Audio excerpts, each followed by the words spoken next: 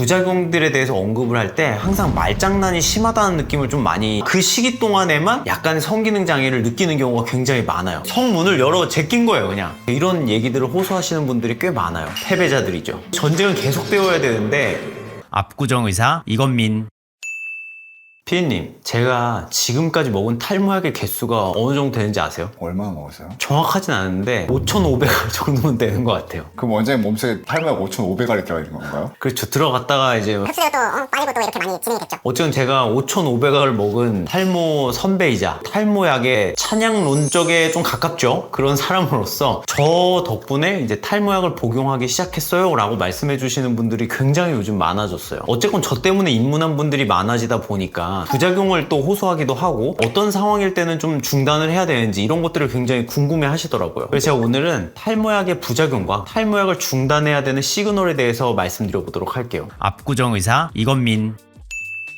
우리 채널의 슬로건이 뭐냐면 지피지기면 100점 불태예요. 이번에도 또 탈모약의 부작용을 알기에 앞서서 그럼 탈모약이 뭔지 제가 한번 알려드릴게요. 일단 탈모약은 흔히들 남성 호르몬을 억제해가지고 탈모를 막아주는 약이라고 알고 있는데 반은 맞고 또 반은 틀린 얘기예요. 왜 틀려요? 저도 이게 맞는 거라고 생각했네요. 일단 남성 호르몬을 조절하는 건 맞지만 남성 호르몬을 자체를 억제하진 않아요. 정확히 표현하면은 탈모를 유발하는 원인 물질은 남성 호르몬, 영어로는 테스토스테론이라고 하는데 그게 5알파 환원 효소에 의해서 다이하이드로 테스토스테론으로 바뀌어요. 그럼 이제 걔가 모낭을 공격하는 거란 말이에요. DHT라는 애가. 그럼 탈모약은 어떤 걸 하는 거냐면 요 중간에 5알파 환원 효소를 차단하는 거예요. 테스토스테론이 DHT로 전환되는 걸 막아주는 거죠.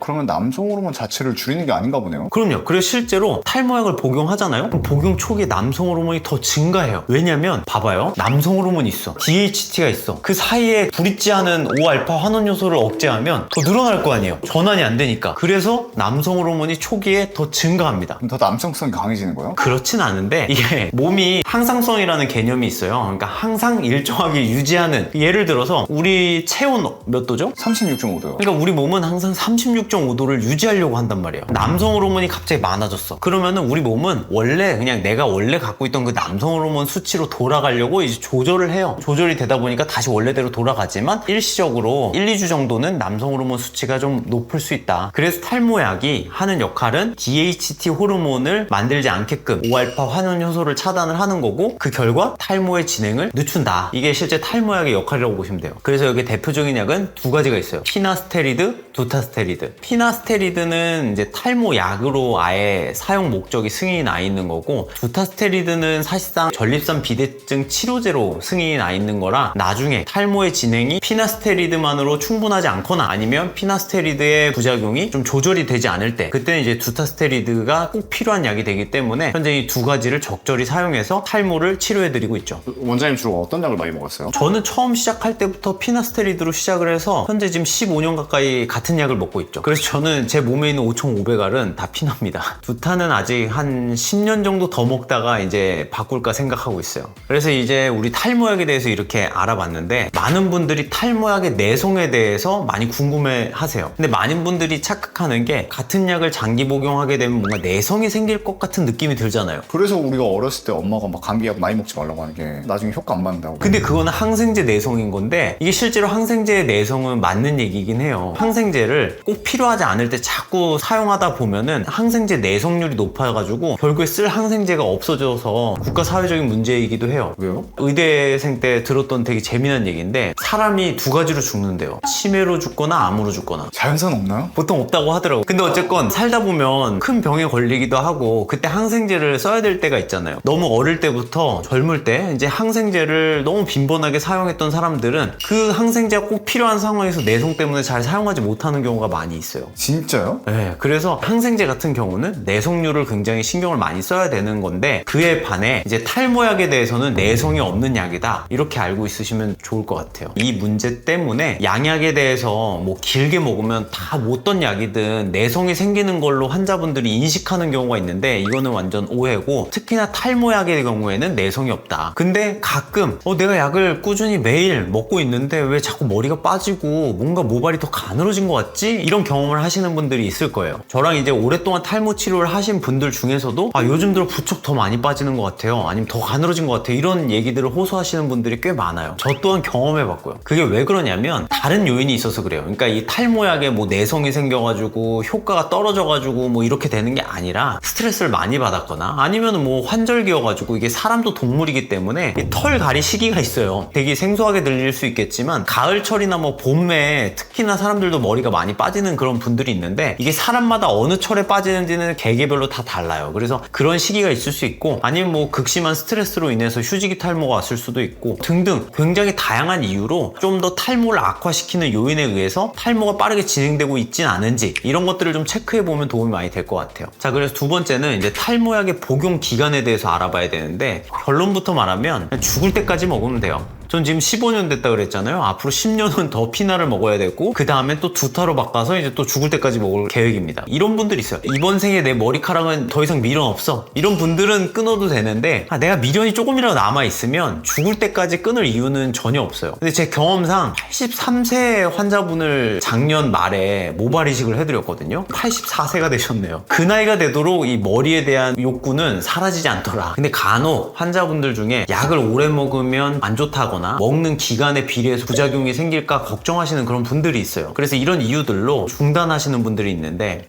이게 제가 이런 얘기 들을 때마다 너무 가슴이 아픈 게, 이게 마치 전쟁으로 치면 적의 선동정치에 이제 완전 휘말린 거죠. 탈모의 전쟁에서 패배를 맛보신 분들인 거예요. 패배자들이죠. 성문을 열어 제낀 거예요. 그냥 잘못된 이유로. 전쟁은 계속되어야 되는데 잘못된 정보로 실수를 하시는 분들이 계십니다. 그리고 추가로 많은 분들이 모르시는 부분이 있더라고요. 이 탈모약을 먹으면 아예 탈모가 진행이 안 된다고 아시는 분들이 꽤 많아요. 차단시켜버린댔잖아요. 그래서 저는 탈모약 먹으면 멈춘다는 걸로 알고 있었는데요. 100% 차단할 수는 없는 거죠. 그래서 탈모의 진행 속도가 100이라고 한다면, 이제 탈모약을 복용했을 경우에는 뭐 한 20에서 30 정도로 확 낮춰줄 수 있다는 거죠. 더 쉽게 설명드리면, 제 영상에서 보시면 20대 환자분들이 굉장히 많단 말이에요. 근데 그분들은 탈모약을 복용하지 않으면 아마 30대에 대머리까지는 아니어도 정수리 쪽이 다 휑해지는 정도로 탈모가 심해졌을 거란 말이에요. 근데 이분들이 탈모약을 먹어서 60세까지 그 20대의 헤어라인을 그대로 유지할 수 있다면 그것만큼 효과적인 치료가 어디 있어요? 그러니까 엄청 늦춰주긴 하는 거네요. 그쵸. 탈모약을 복용을 했을 때는 거의 노화에 의한 탈모만 진행된다, 이렇게 보시면 되지, 뭐 남성 호르몬 때문에 밀리는 게 체감될 정도는 아니에요. 저도 지금 뭐 고백하자면 사실 저희 집안은 진짜 대머리 천국이거든요. 뭔가 명절에 가면 다 까진 분들만 있어가지고 진짜 20대 초반에는 가슴이 턱턱 막혔어요. 근데 그래도 제가 이제 30대 후반인데 아직까지도 머리가 이렇게 잘 남아있는 거 보면은 저는 사실 탈모약의 수혜자라고 할 수 있죠. 이제 탈모약이 뭔지도 알았고, 탈모약이 내성이 안 생기고, 또 탈모약은 평생 먹어야 되는 걸 알았는데, 근데 먹다 보면 부작용에 대한 걸 경험하는 경우가 되게 많단 말이에요.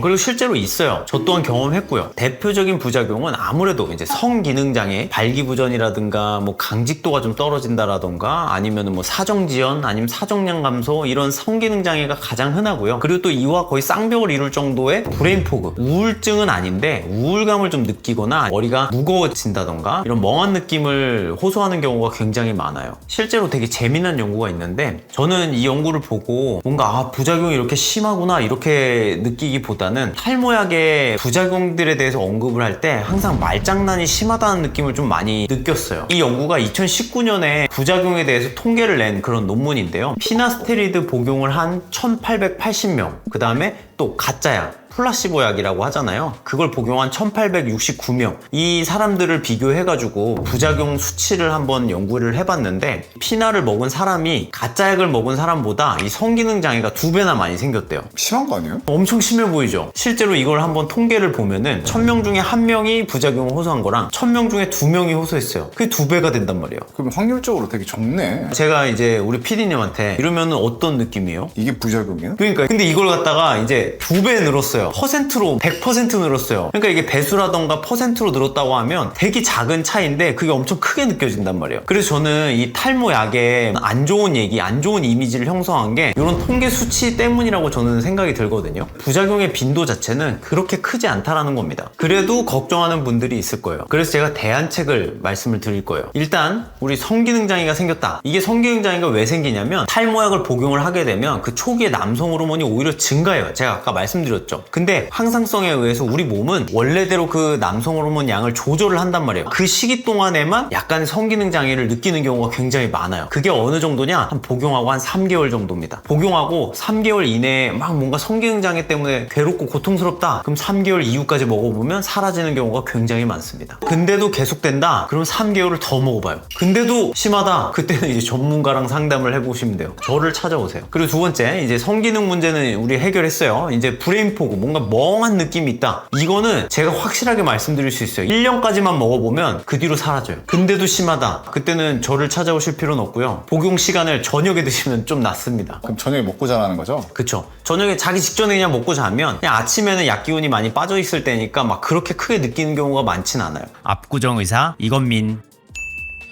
그럼 원장님 결국 부작용이 있어도 끊지 말고 죽을 때까지 먹으라 되다니까요? 그쵸. 만약에 내가 부작용이 생겼어. 그러면 더 먹었다가 그래도 부작용이 생겨. 그럼 약을 바꿔서 계속 먹어요. 그랬다가 또 부작용이 생기면 또 바꿔서 계속 맞는 약을 찾을 때까지 계속 먹는 거예요. 그러니까 이 탈모약은 절대 끊지 않는다. 부작용이 생겨도 계속 먹는다가 오늘 영상의 주제입니다. 그래서 여러분 마지막으로 하나만 기억하세요. 남자는 머리빨입니다.